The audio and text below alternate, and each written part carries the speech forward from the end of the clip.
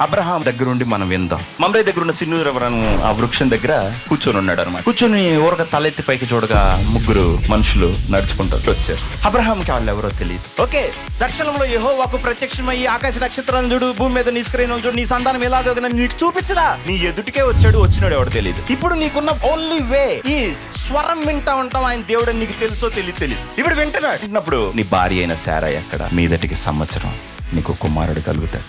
నువ్వు విన్నావు, చెప్పే మనిషిలో ఉన్నాడు. సో దేవుడు ఇప్పుడు చూపించాలనుకున్నాడు, వినిపించాలనుకున్నాడు. ఎందుకో తెలుసా?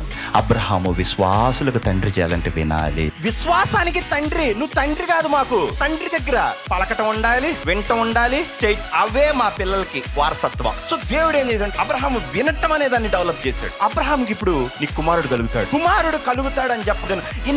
కొడుకు పుడతాడు.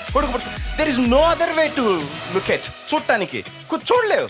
ఆత్మలోకంలో వింటం అంటే చూడటం. మీరేమన్నా చూడాలంటే దేవుడు పలుకుతాడు.